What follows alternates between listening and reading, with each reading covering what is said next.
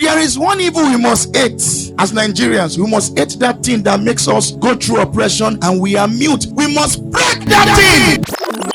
Because our days of deliverance will be elongated as long as we don't overcome this coordinated evil spirit of muteness that plagued the land. A tragic event occurred in Benue State some days ago. Some terrible guys went to a particular village in Benue State and they killed people and burnt them, numbering about 200 plus. And I'm asking, do we still have a responsive government in this nation? If the throne of the government of our nation has become corrupt and heartless, the throne of the house of David, the house of God, should not fail the people. Maybe if we pause a little bit and just reflect, if this happened to me, how will I feel? If there is one evil we must hate as Nigerians, we must hate that thing that makes us go through oppression and we are mute. We must break that thing. When I look at history in my meditation, it has not gone this bad that we are mute. Even in the days of Abasha, when we are under a dictatorship government, it's not this bad. People are speaking. What is happening? And it seems to me that the scepter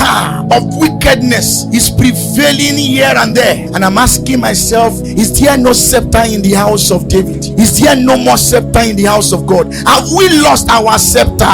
If we have not lost it, when are we going to war with the scepter of righteousness till we break the scepter of wickedness that is parading the land? The Church of Jesus Christ in Nigeria is not without a scepter.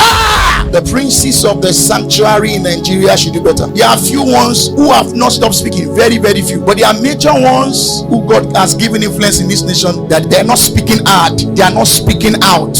In fact, some who are even speaking, they are speaking for PR, and their voices is like the voice of Eli.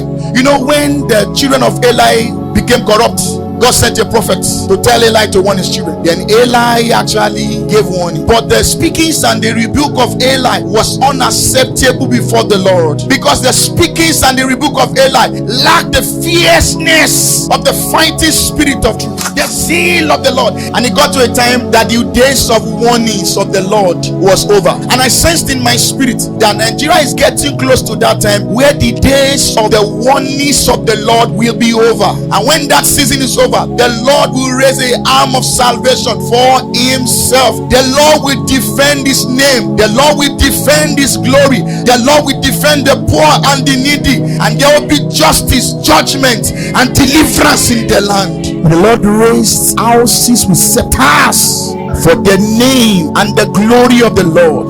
It's time to war with scepters.